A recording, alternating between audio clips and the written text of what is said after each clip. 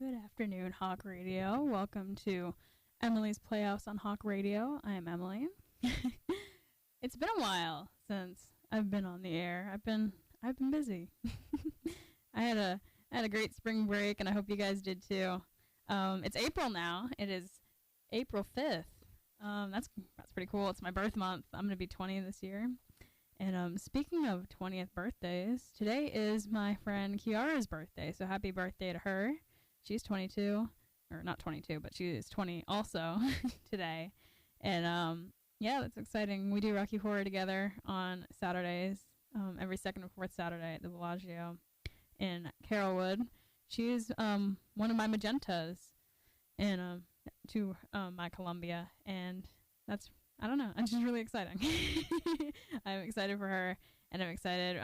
The plan is to get lunch tomorrow and hang out for her birthday, so I hope she's having a really chill day, and I'm excited for my birthday coming up. My birthday is after hers on April 28th, and I'm going to be 20 as well, so it's kind of like not a co-ed thing. We're two different zodiac signs, but I don't know. I'm excited, so I hope you guys are having a good April. Coming up next week, at Plant City High School, they will be performing, the theater department will be performing Little Shop of Horrors through April 11th through the 13th. And that's the show I helped paint the set for. I painted the backdrop, like bricks and stuff. And so I'm really excited to have a small part in that, the creation, the development of that show. And it looks really good. They're going to be performing it April 11th, I think it's like a Thursday, and through the 13th. So go check it out while you can. I believe there is 2 shows on the 13th, one at like 2 and another later in the evening, so probably around 7. So check it out. I'm probably going to go. I want to go all 3 days, but I think I'm definitely going to go on the 11th. I'm going to try to. So all those kids have been working hard. My friend Chris is playing Seymour. My friend Carlin is playing Audrey. My sister's teacher, Mr. Hamilton, is playing Mr. Mushnick. And my old AP Lit teacher, Mr. Sism, is playing a wino. And that's all I know. I don't know if there's any more surprises they have in store, but I'm really looking forward to the show. And I know they've just been looking forward to performing the show for a very long time. So go support them and check out Little Shop of Horrors next week. Since it is April, April Fool's Day was April 1st, obviously, and there were a lot of pranks, I guess you would say, April Fool's Day jokes out there on the internet, and I thought I'd share a couple of my favorites that I found that some of them I fell for. I gotta admit, I fell for, but others are kind of dumb. So the first one I have here is the McDonald's McPickle Burger. They announced that they were going to release something called the McPickle Burger, which sounds great. I would totally, if that really existed and it wasn't an April Fool's Day joke, I would buy it. I would eat it. It sounds great. It's just pickles instead of meat, and it's great. I would I would be all over the McPickle Burger, but sadly, it is not real, but that's okay. It's real in our hearts and minds. Another one I saw on Facebook was the Dippin' Dots ice cream. They have it at like Busch Gardens and the Strawberry Festival and the zoo and just anywhere you can get ice cream. Dippin' Dots, that's pretty much what they are, dots of ice cream. Instead of like soft serve or whatever, it's just little frozen dots. Like they probably use, what do you call it? The hydrogen or whatever. I forget what you call it, the smoky stuff that burns you. They use that to make it, and it comes out in different flavored dots. Dippin' Dots, that company released a line of Dippin' Dots deodorant, which sounds horrible, which sounds horrifying. I did not fall for that one. That was obviously an April Fool's Day joke. Who would go for Dippin' Dots deodorant? I want you to, when I post this, I want you to like this video if you would wear Dippin' Dots deodorant, because that's just wrong. It's probably not an antiperspirant. Like, I don't know how great Dippin' Dots deodorant would be for blocking your sweat. You're still gonna be sweaty. You're just gonna smell like chocolate. I don't know, man. Another one I saw that I did not fall for, sadly, on Facebook was goldfish. You know, the snack that smiles back, goldfish. They announced individually wrapped goldfish, and you know how small goldfish are. They announced individually wrapped goldfish, like one piece, and they're wrapped like little mints, like like lifesavers and cellophane, and they were gonna sell them individually wrapped, and that's that kind of made me mad a little bit. Like, I knew that wasn't real, but just they had a graphic with it, and it just made me mad. I'm like, I don't want to buy individual. Are they still like full price? Like, do you have to? If the individually wrapped goldfish, would you have to pay like the price of a pack of goldfish, or would they be like, buy the fish? That's just dumb. Don't buy individually wrapped goldfish. One of the other ones I fell for, I didn't go all the way to Publix to find out if it was real, but it made sense, is there's a Facebook page called Our Pub Subs on Sale this week or something like that. Our Pub Subs on Sale. You know, Publix subs.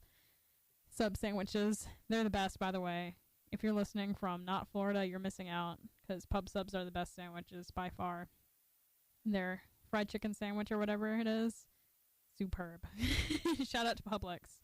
Not sponsored, but should be. Pub subs. They announced buy one, get one pub subs only on April Fool's Day, and I should have known by the only April Fool's Day little note that it wasn't real, but I think I saw that a lot of people actually did go to Publix and asked, like, where are the BOGO pub subs? And all the workers got mad. They're like, oh, it was a joke, you know. And that's just, you gotta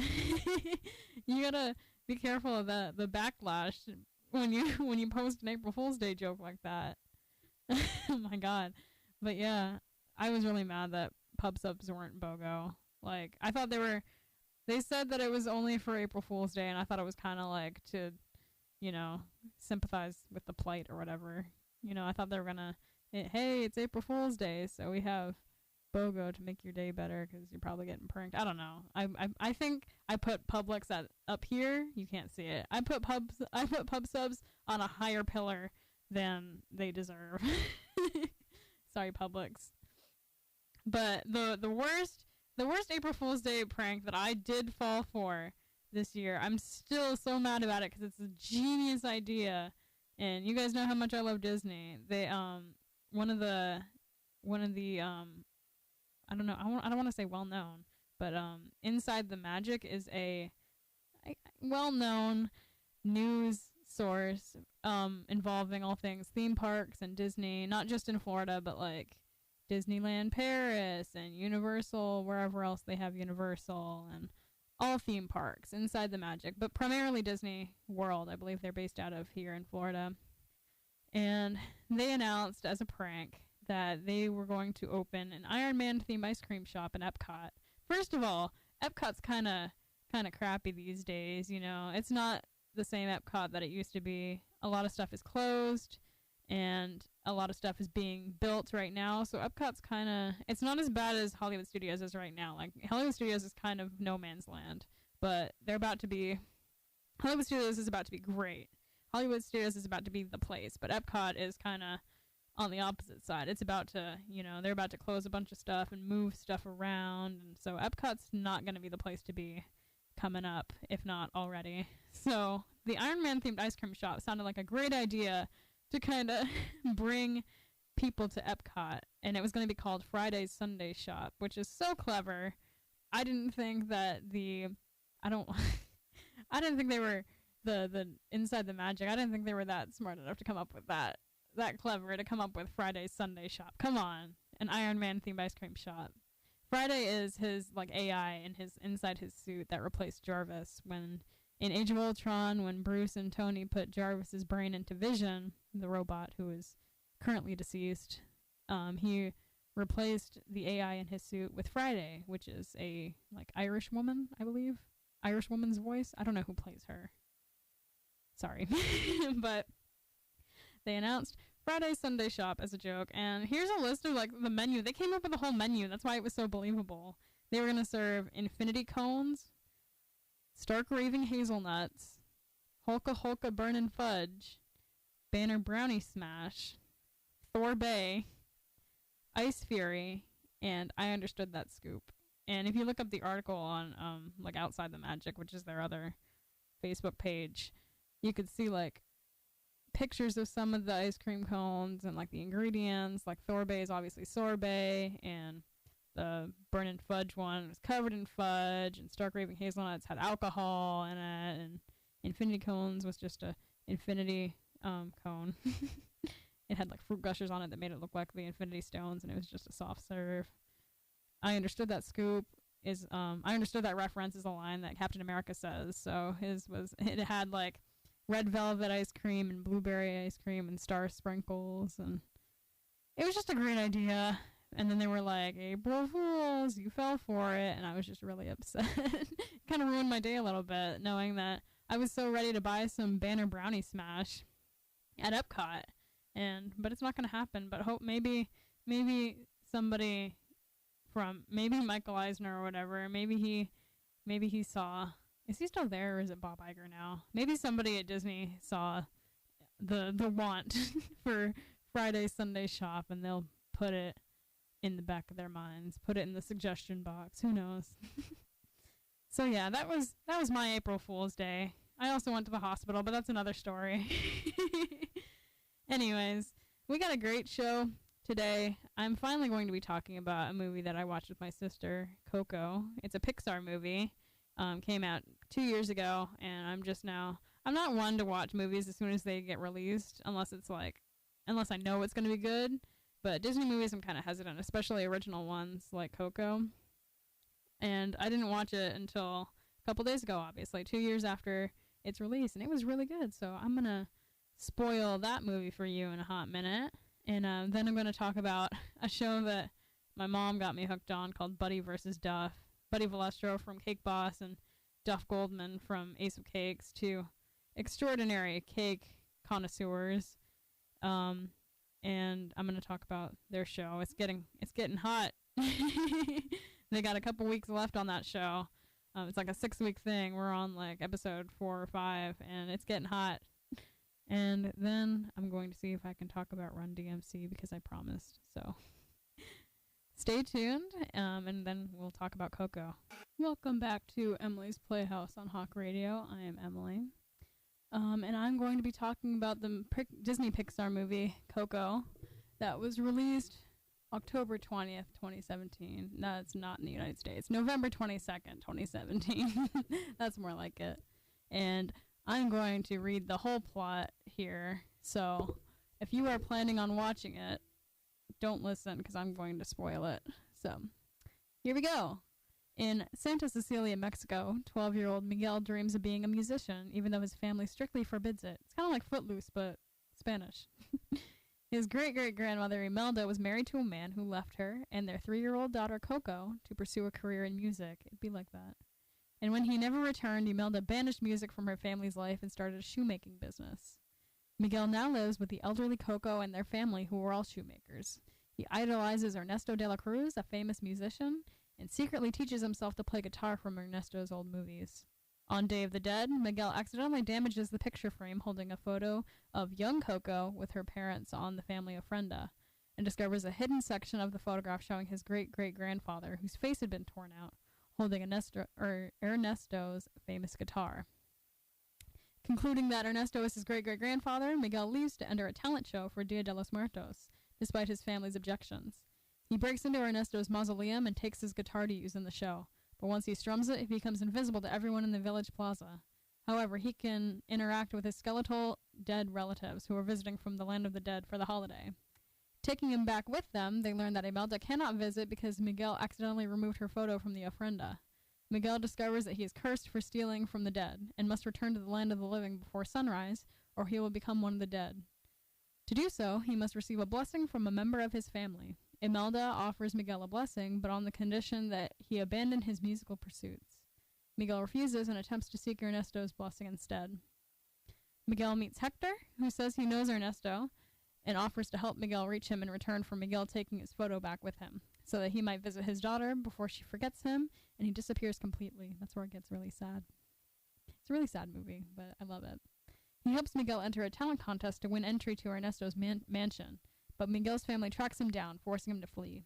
Miguel sneaks into the mansion where Ernesto welcomes him as his descendant, but Hector confronts them, again imploring Miguel to take his photo to the land of the living.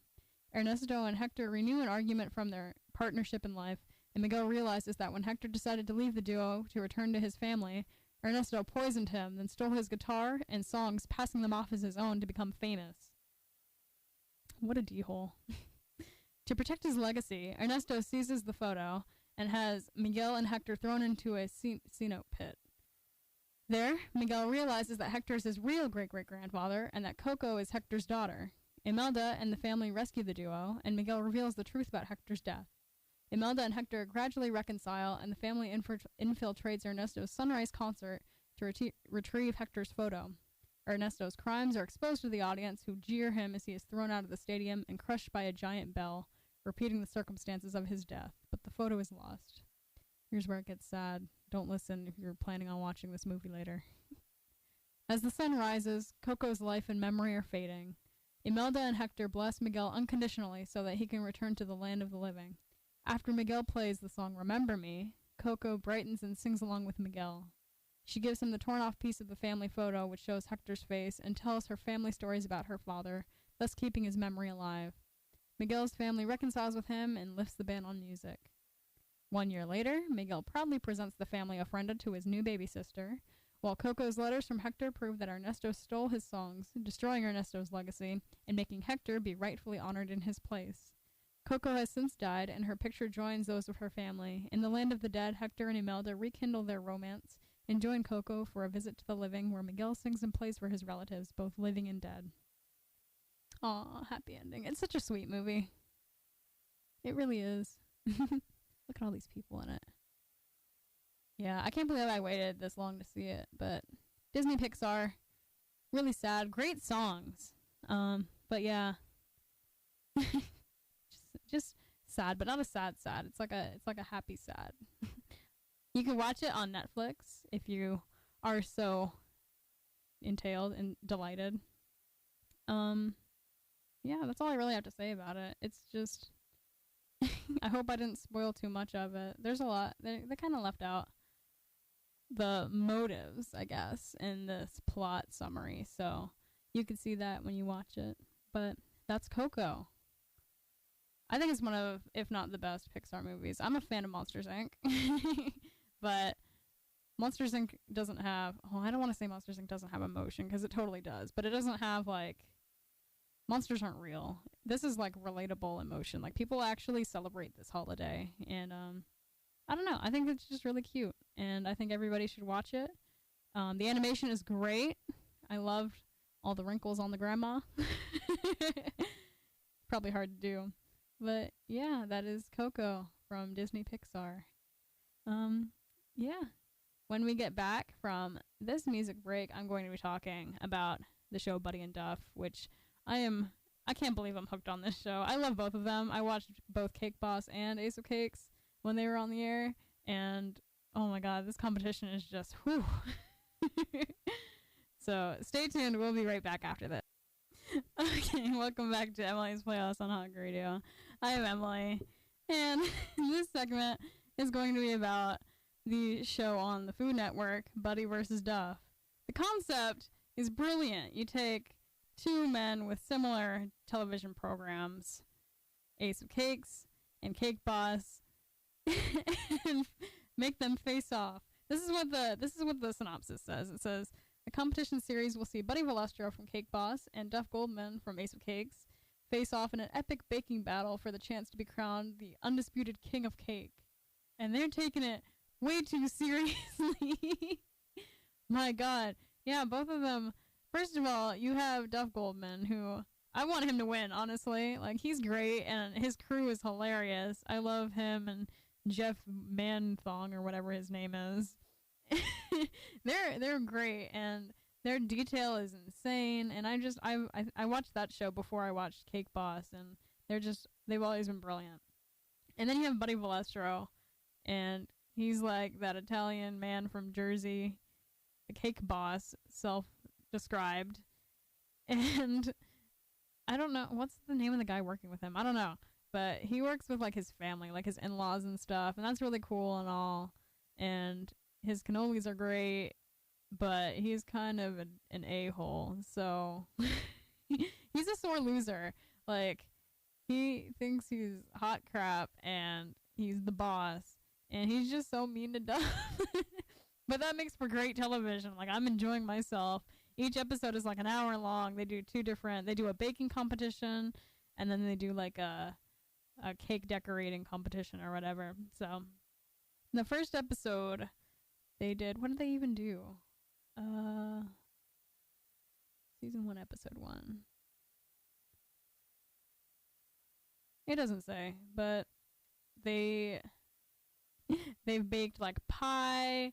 They baked the most recent one that I watched was they did like fine dining desserts and stuff like that, which is Duff's specialty, not so much Buddy's. He's never worked in a restaurant before, so Duff won that one. Buddy did this really sweet like layered cake that his family is known for, like his birthday cake it's been in his family forever.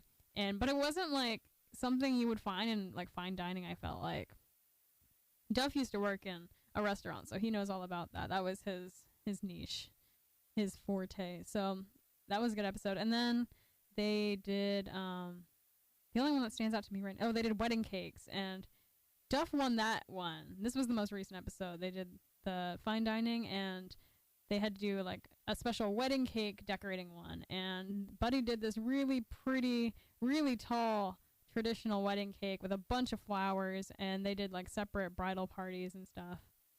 So Buddy had one that went to one bridal party, and then Duff created this like hanging almost like 3 tiny little cakes. It was more like string than cake, but he won the competition.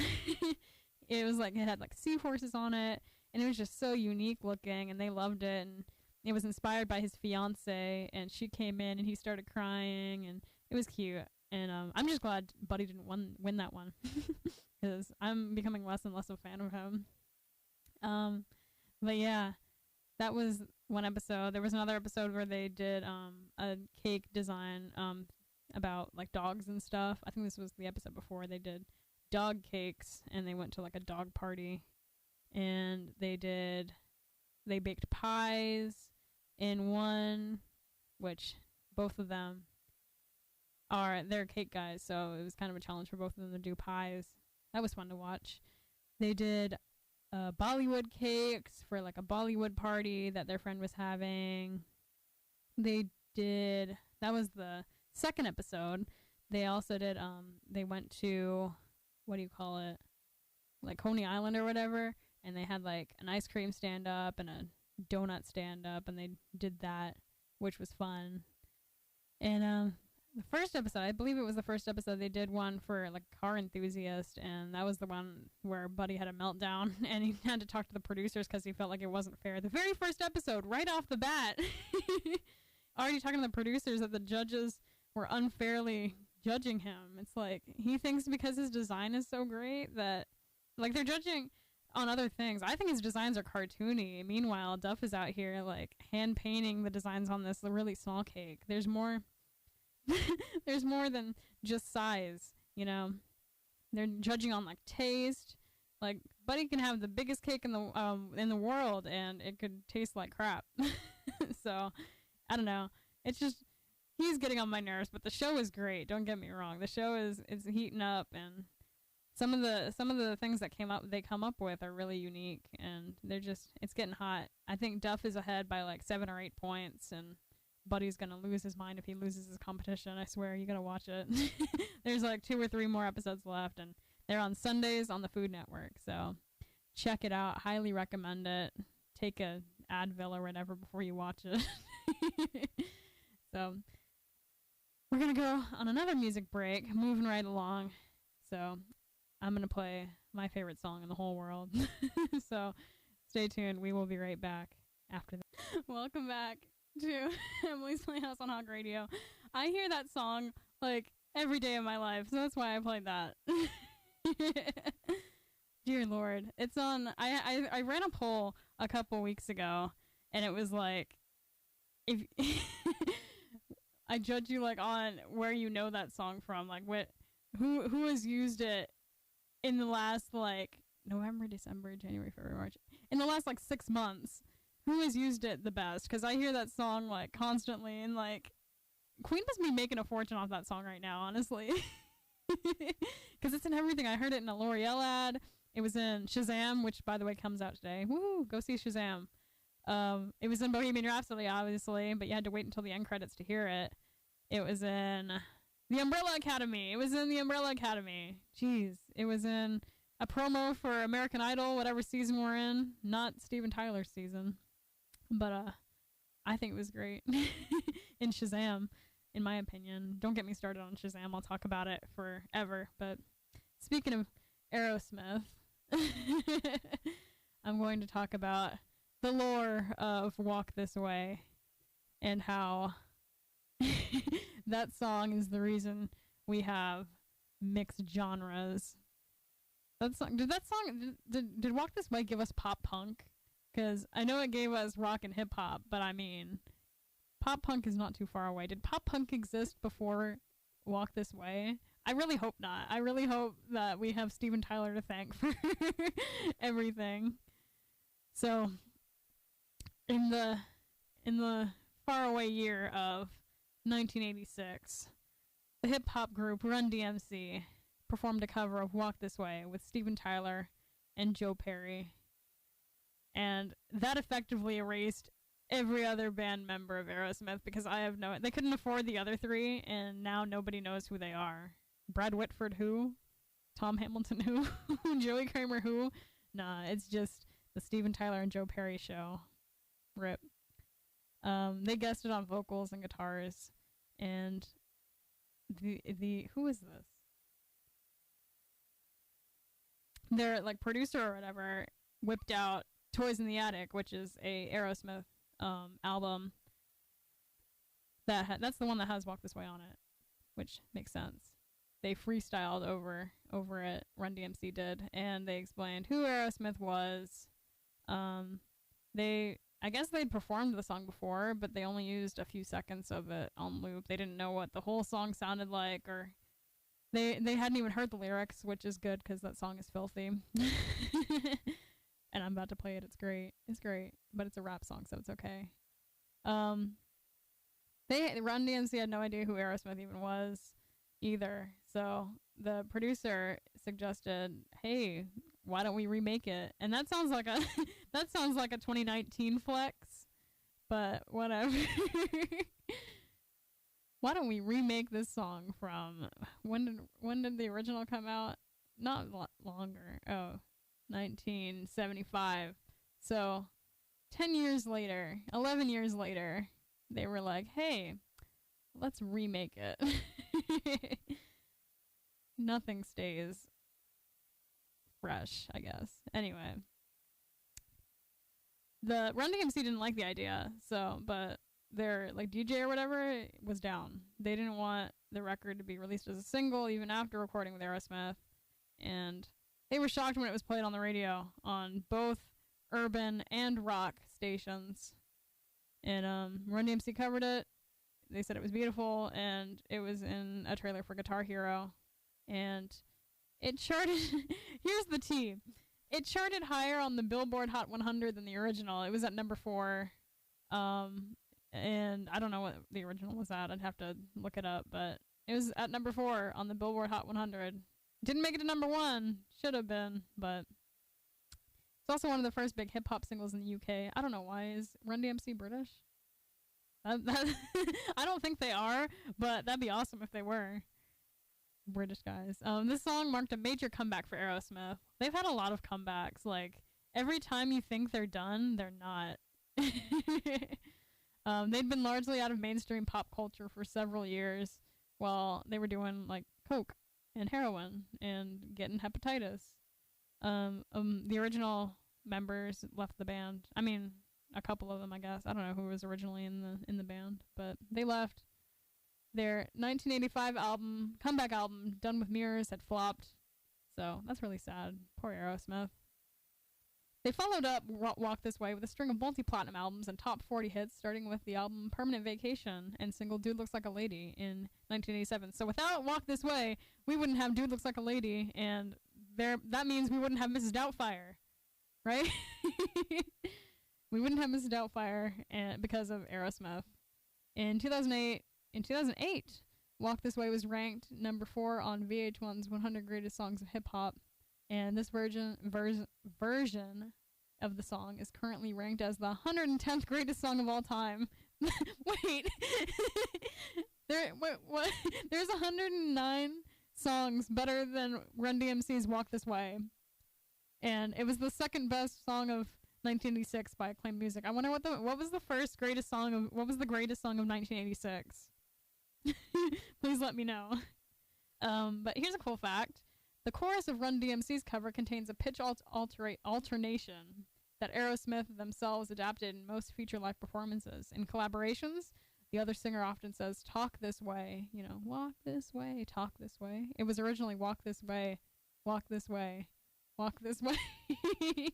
They say talk this way in every alternate line of the chorus. This rap-style delivery may explain why the song worked so well as a hip-hop song when it was covered 11 years later. So... And the music video. The 1986 music video for Walk This Way symbolically placed a rock band and Run-DMC in a musical duel in neighboring studios before Steven Tyler literally breaks through the wall that separates them. It's like, I hope there is somebody in the world, like maybe not in this country, but in a far-off land, across the pond. I hope in their, like, U.S. history classes, they have to write, like, FRQs and DBAs on the symbolism of Steven Tyler bursting through this wall in the Run-DMC Walk This Way music video. Oh my god. The video then segues. Is that how you say segue? Is segue spelled S-E-G-U-E-S? This is not a grammar lesson. It's segues to the band's joint performance on stage. The highly popular video was the first hip-hop hybrid video ever played in heavy rotation on MTV. I can't believe Run-DMC's Walk This Way killed MTV. It is regarded as a classic of the medium. Yada yada yada. Aside from Tyler and Perry, none of the other rock musicians in this video are the Aerosmith members. Instead, they were played by other people. And according to VH1's pop-up video, Run-DMC could not afford to use the entire Aerosmith band, just Tyler and Perry. I told you. Tyler and Perry had traveled to record the cover with Run-DMC. They were the only real Aerosmith members to appear in the video. So, yeah. That's the lore of Run-DMC's Walk This Way, which I don't think I like as much as the original, to be honest. I respect it in the fact that Steven Tyler broke through the wall that separated rap and rock. I didn't know existed. I didn't know there was a wall between rock and rap. Are there walls between other things like punk and country? 'Cause I mean, I have some ideas that we can use to solve that. But yeah, that's that. What was I gonna say? Oh, here's my thing about this. I listed like all the positive things that happened because of it, but listen, after they recorded with Run-DMC, Steven Tyler, like, he's doing country now, I don't know, but there was a moment of time, like, right before another one of their flops, where they released an album, I think it was Just Push Play. They tried to rap.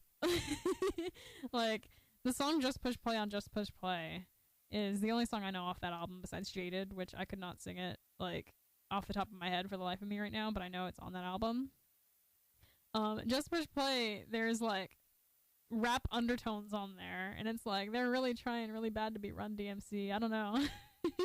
So, he got bars. Steven Tyler has bars, so we have Run-DMC to thank for that, and I guess it's cool that Steven Tyler and Joe Perry were cool with recording with them, or else there'd be a bunch of legal stuff that they would have to figure out, like Robin Thicke. Don't be a Robin Thicke. Anyway, anywho, I'm gonna play the song under my outro, I think, because YouTube might be crappy So, let's see.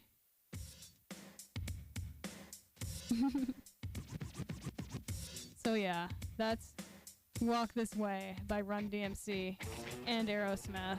We had a great show today, you guys. I talked about Coco. I talked about, where did my notes go? I talked about Buddy vs. Duff, which you should watch on Sundays on the Food Network. And I talked about this song, Walk This Way by Run-DMC and Aerosmith.